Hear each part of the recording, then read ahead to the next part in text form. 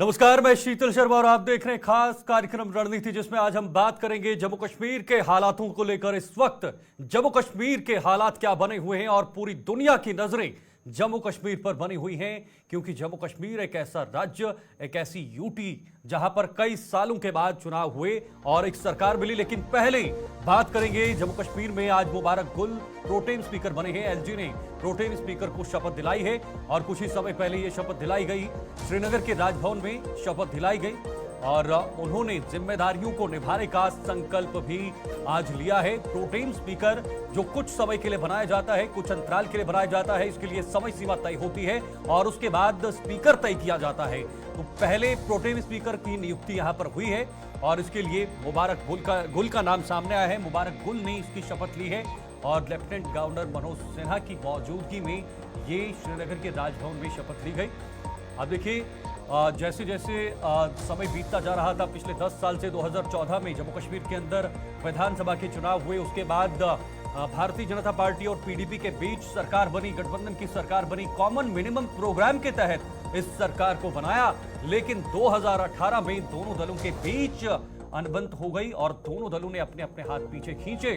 उसके बाद यह सरकार टूट गई, राष्ट्रपति शासन लागू किया। 2019 में बड़े बदलाव के तहत धारा 370 को जम्मू कश्मीर से यहां पर अमेंड किया और कुछ भागों को उसमें हटाया गया, 35A को हटाया गया और हालात और समीकरण पूरी तरह से बदलते हुए नजर आए।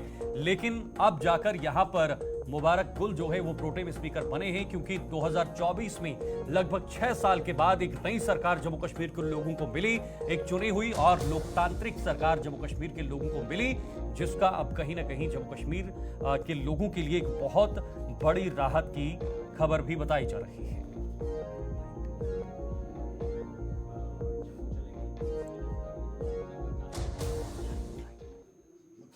गया है। खुदा के नाम पर हलफ उठता हूँ कि मैं हिंदुस्तान के आईन और कानून के रूह से करार पाया है सच्चा एतकाद रखूँगा और तेरी वफादारी बरतूँगा। ये कि मैं हिंदुस्तान की खुद मुख्तारी और सालमियत को बरकरार रखूँगा। ये कि हाँ, इस फर्ज को मुझे सौंपा जा रहा है वह वफादारी के साथ अंजाम दूँगा। आपने सुना प्रोटेम स्पीकर की शपथ लेते हुए, लेकिन इस वक्त आपको फिलहाल लिए चलते हैं जम्मू नेशनल कॉन्फ्रेंस के कार्यालय, जहां पर उमर अब्दुल्ला जम्मू के दौरे पर हैं और वो संबोधन कर रहे हैं। क्या कुछ कह रहे हैं, सुनिए। तमाम नेशनल कॉन्फ्रेंस के मेरे सीनियर साथी हजरात, यहां आए हुए नेशनल कॉन्फ्रेंस के ओहदेदार हजरात, भाइयों बहनों बुजुर्गों नौजवान साथियों, आप सबको मेरे तरफ से अस्सलाम वालेकुम, आदाब और सत श्री अकाल।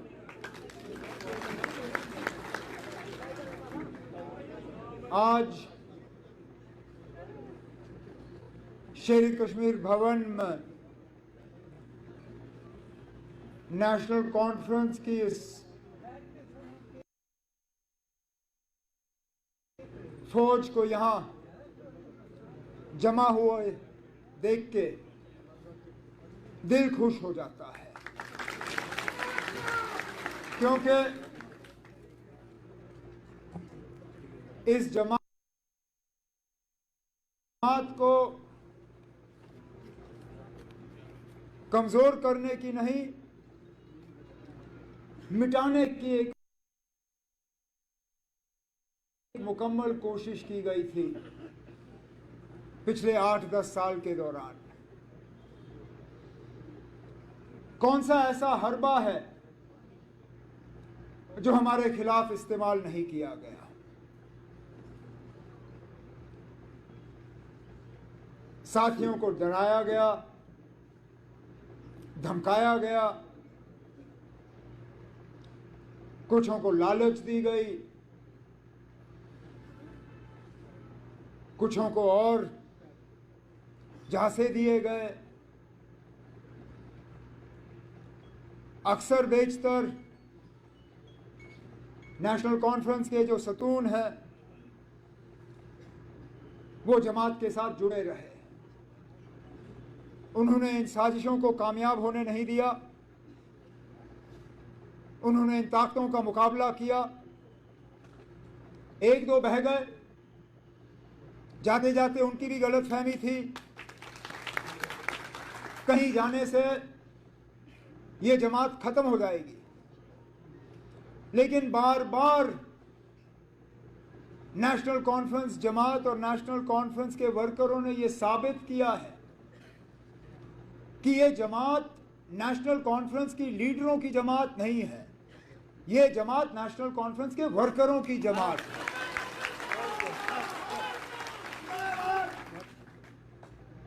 अल्लाह से, भगवान से, वाहेगुरु से उसके बाद ताकत मिलता है जम्मू कश्मीर की आवाम से और नेशनल कॉन्फ्रेंस के वर्कर से।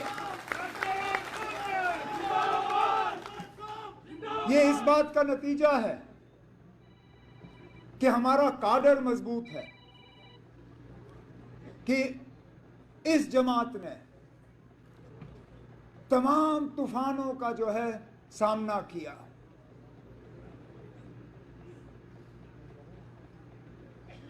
वो कहते हैं ना, फनूस बन के जिसकी हिफाजत हवा करे, वो शमा क्या बुझे जिसको रोशन खुदा करे। हमें बुझाने में मुझे बताया ना कौन सी कसर बाकी रखी गई थी, लेकिन कोई सोच भी नहीं सकता था कि इलेक्शन के बाद ये नतीजा होगा। और मैं जम्मू कश्मीर के लोगों को आज इस स्टेज के माध्यम से सलाम करना चाहता हूं, जिस तरह उन्होंने अपने वोटों का इस्तेमाल किया और समझदारी से अपने नुमाइंदे चुने। अब क्या हमें और सीटें मिल सकती थी? बिल्कुल। क्या हम उम्मीद कर रहे थे कि इससे ज्यादा हो? शायद अपने से नहीं, लेकिन दूसरों से। लेकिन एक एक सीट जो आज हमारे पास है, मैं उसके लिए दिल की गहराइयों से जम्मू कश्मीर के वोटरों का शुक्रगुजार हूं। और उसके बाद जो इंडिपेंडेंट एमएलए जीत के आए और फौरी तौर बिना कोई शर्त रखे हुए अपने लिए हमारे इस कारवां के साथ जुड़ गए और हमारी मदद करने निकले, जिसमें हमारे बन्नी के एमएलए डॉक्टर रणमेश्वर सिंह जी भी यहां बैठे हैं।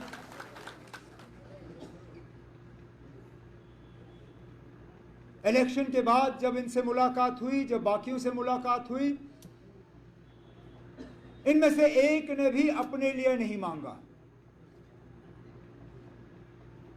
जब बात की तो जम्मू कश्मीर के आवाम के हवाले से बात की, अपने असेंबली सेगमेंट के हवाले से बात की, अपने डिस्ट्रिक्ट के हवाले से बात की और कहा कि लोगों के जो मुतालबे हैं, मुश्किलात हैं, उनका अब हल होना चाहिए। हम बेसब्री से इस दिन का इंतजार करते रहे। 2018 में लोगों की चुनी हुई हुकूमत जब चली गई, तो तब से लेके आज तक लोगों ने दरबदर की ठोकरें खाई, मुसीबतों का सामना किया,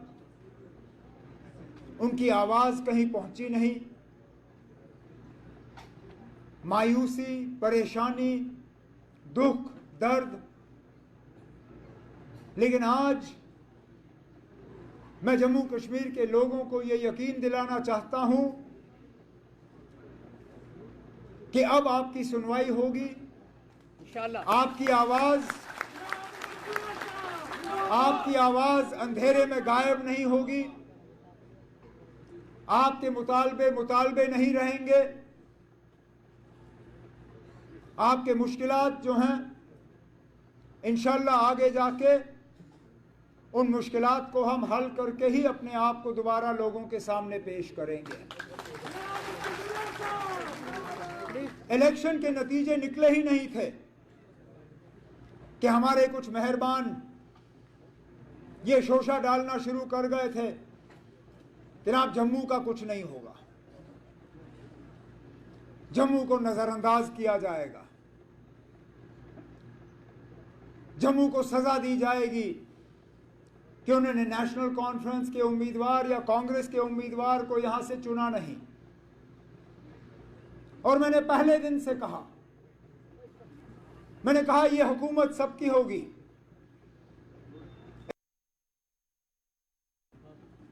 इसमें आवाज सबकी होगी, और हम खिदमत सिर्फ उन लोगों की नहीं करेंगे जिन्होंने नेशनल कॉन्फ्रेंस या अलायंस को वोट दिए। हम अगर खिदमत करेंगे तो पूरे जम्मू कश्मीर की आवाम की खिदमत करेंगे। डिप्टी सीएम बनाना कोई मजबूरी नहीं थी ना। इससे पहले भी जम्मू के डिप्टी सीएम बने हैं, लेकिन वो कोalition में मजबूरी की वजह। मुफ्ती मोहम्मद सैयद साहब अल्लाह मगफिरत करे उन्हें, जब वो वजीर आला बने तो कांग्रेस के साथ उनका अलायंस था, अलायंस को उन्होंने ओहदे देने थे। मंगत राज शर्मा जी डिप्टी सीएम बने। जब गुलाम नबी आजाद साहब जम्मू से सीएम बने, डिप्टी सीएम बनाना था, कश्मीर को डिप्टी सीएम का दर्जा मिला। जब 6 साल मेरी हुकूमत चली, वजीर आला के तौर पे मैंने जम्मू कश्मीर की खिदमत की। अलायंस की मजबूरी थी कि ताराचंद जी को हम डिप्टी सीएम बनाएं। इस बार फिलहाल कांग्रेस ने अभी तक मिनिस्ट्री में जो है शामिल होने का जो है कोई फैसला लिया नहीं है, लेकिन हमने तब भी डिप्टी सीएम बनाया, और डिप्टी सीएम भी उसी पार्टी का जिस पार्टी का सीएम। ये उन लोगों के लिए जवाब है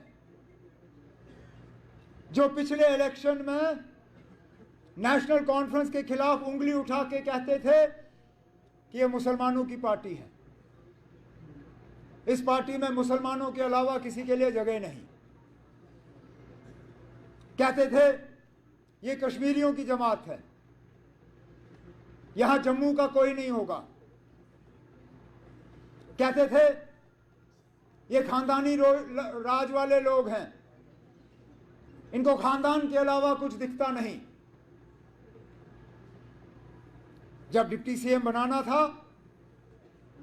जम्मू से बनाया, हिंदू बनाया, और मेरे खानदान से उसका कोई लेना देना नहीं है।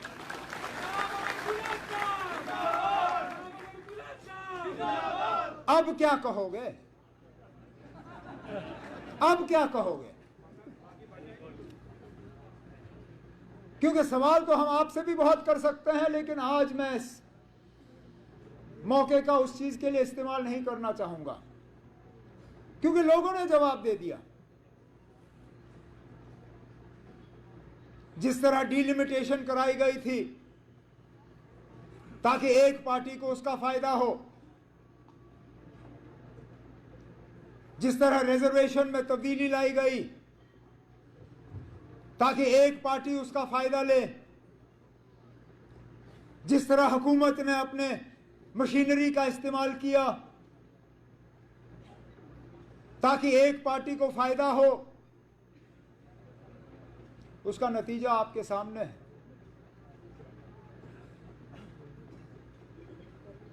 मतलब ये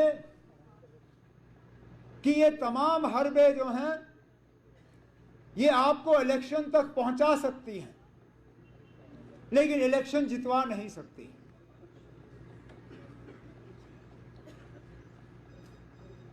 लेकिन आसान काम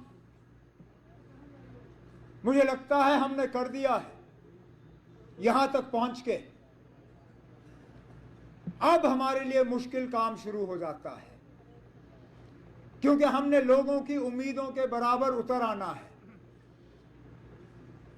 हमने लोगों के मुश्किलात हल करने हैं, हमने यहाँ की परेशानियों को दूर करना है, हमने लोगों की शिकायतों को कम करना है, हमें हुकूमत और लोगों के दरमियान जो फासला है उसको कम करना है।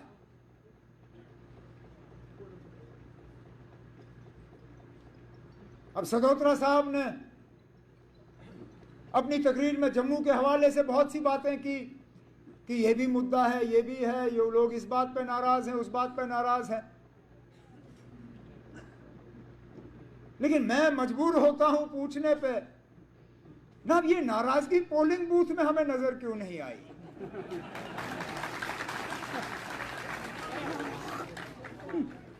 कश्मीर के लोग भी नाराज थे, लेकिन अपनी नाराजगी का इजहार वोट के जरिए किया। चिनाब में भी लोग नाराज थे, वोट के जरिए इजहार किया। रजौरी पुंछ में भी नाराज थे। डिलिमिटेशन, रिजर्वेशन, सब चीजों को एक तरफ रख के वोट के जरिए अपनी नाराजगी को वहां पे दर्ज किया। कहने के लिए तो हम सुनते हैं कि जम्मू वाले भी नाराज हैं। कोई कहता है कि दरबार मूव को लेके नाराज, कोई कहता है कि स्मार्ट मीटर को लेके नाराज, कोई कहता है कि बिजली बिल को लेके नाराज, कोई कहता है कि पानी की कमी को लेके नाराज, कोई कहता है कि बेरोजगारी को लेके नाराज। लेकिन ये नाराजगी जो है पोलिंग बूथ, वोटिंग बूथ में हमें नजर नहीं आया। अब क्या वजह है ये भी हमें समझना होगा। या तो नाराजगी है नहीं, और अगर नाराजगी है नहीं तो फिर बड़ी अच्छी बात है, फिर कुछ खास करने की, सारा कुछ ठीक है। लेकिन अगर नाराजगी है और उस नाराजगी के बावजूद वोट एक तरफ गए, तो इस बात को भी समझने की जरूरत है ना कि आखिरकार हुआ क्या। लेकिन इतना मैं जरूर जानता हूं कि जैसे मैंने पहले कहा, वोट पैटर्न पे जो है हुकूमत चलाई नहीं जाएगी। इलेक्शन हो गए, लोगों ने अपना फैसला जो है सुना लिया, हुकूमत बनी है। अब हमारा काम है कि हम लोगों तक पहुंचे और उनके मुश्किलात और मुतालबे हल करें।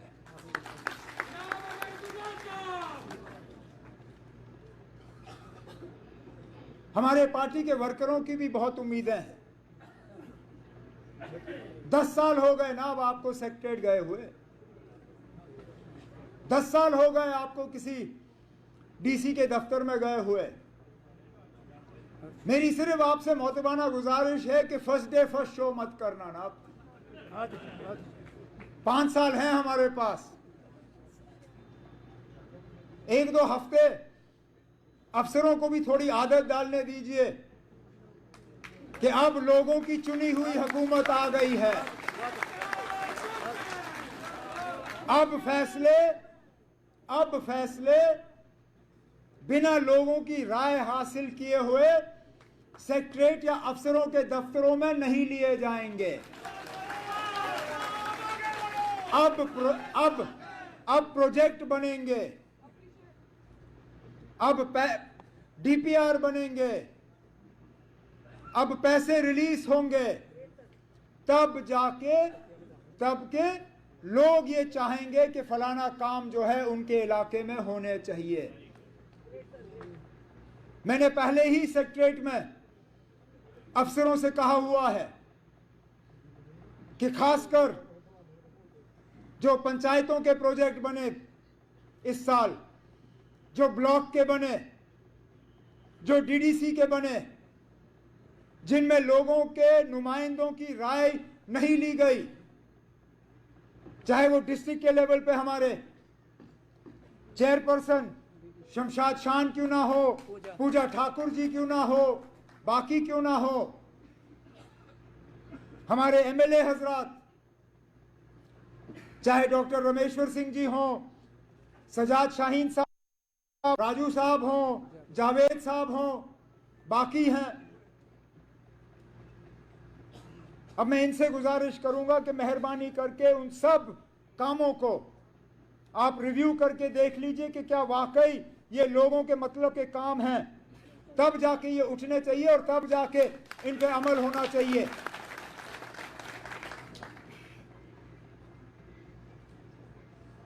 लोगों के साथ हमारा तालमेल टूटना नहीं चाहिए। हुकूमत में सबसे बड़ा खतरा ये रहता है कि हुक्मरान और जो वोटर हैं उनके दरमियान फासला बढ़ जाता है। हम जो चुन के आए हैं, हमारा फर्ज बनता है कि हम इस फासले को कम करें। और मैंने ये तय किया है कि जहां जहां कहीं पे भी सरकारी कोई फंक्शन होगा, वहां पे अलग मैं अपने तंजीम के साथियों को कहूंगा कि वहां पे आए, जमा हों, और मैं उनके लिए अलग वक्त मुकर्रर करूंगा।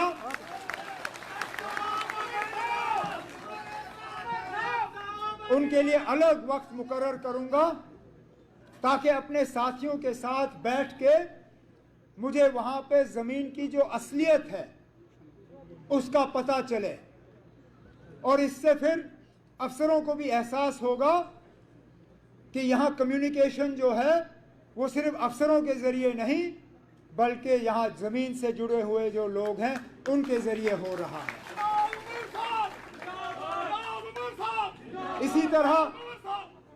इसी तरह मैं अपने मीडिया के साथियों को ये यकीन दिलाना चाहूंगा कि मेरी हुकूमत के तरफ से आपके साथ कोई सख्ती नहीं होगी, कोई नाइंसाफी नहीं होगी। आपको इस बात की सजा नहीं मिलेगी कि आप मेरे खिलाफ कुछ लिखोगे। हालांकि मैं जानता हूं पढ़ना मेरे लिए मुश्किल होगा,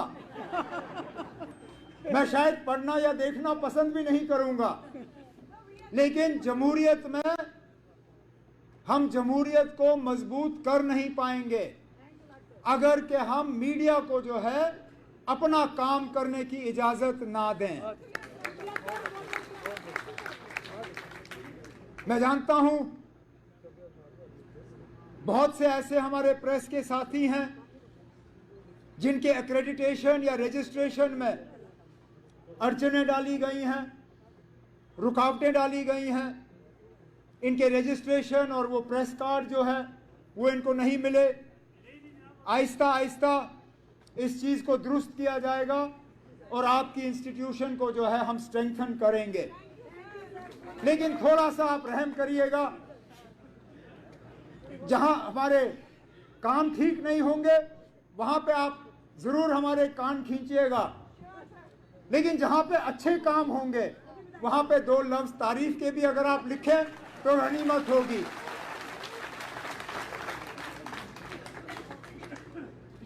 इस साल हमने सियासत के अलावा कुछ नहीं किया, थक गए ना। इलेक्शन लड़ के परेशान हो गए। साल शुरू हुआ तो पार्लियामेंट की तैयारी की, पार्लियामेंट हुए, कुछ नतीजे ऊपर नीचे, मेरा तो ज्यादा ही नीचे था। उस वक्त समझ नहीं आ रहा था कि उठूंगा कैसे,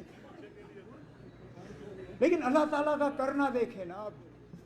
मुझे उस वक्त साथी कहते थे कि इसमें भी कुछ अच्छा होगा, मैं कहता था हाँ होगा, लेकिन अंदर अंदर से मैं सोचता था क्या अच्छा हो सकता है ना, अभी तो इलेक्शन हारा हूं, इसमें अच्छाई कहां होगी। लेकिन देखे ना क्या, उस वक्त कई सारे ऐसे थे अफसर, बाकी दोस्त, जिनको लगा होगा ना खत्म, गए, मोकलियो, जाओ, नाप लो रास्ता। जम्मू कश्मीर के मुख्यमंत्री उमर अब्दुल्ला अपने अंदाज में इस वक्त संबोधन कर रहे थे और आपने सुना किस तरह से पहली बार वो जम्मू पहुंचे हैं मुख्यमंत्री बनने के बाद, और जम्मू में खुले तौर पर उन्हें खुले तरीके से उन्होंने राजनीति को लेकर या राजनीतिक सफर को लेकर जो पिछले विधानसभा चुनाव में एक सफर बीता है, उसको लेकर यहां पर अपनी बातें साझा की और सीधे सीधे उन्होंने ये कहा है कि अब आने वाले समय में काम होंगे, ब्यूरोक्रेट्स यहां पर नहीं चलेंगे, अब यहां पर चुनी हुई सरकार है। वक्त एक ब्रेक का है, फौरन लौटते हैं।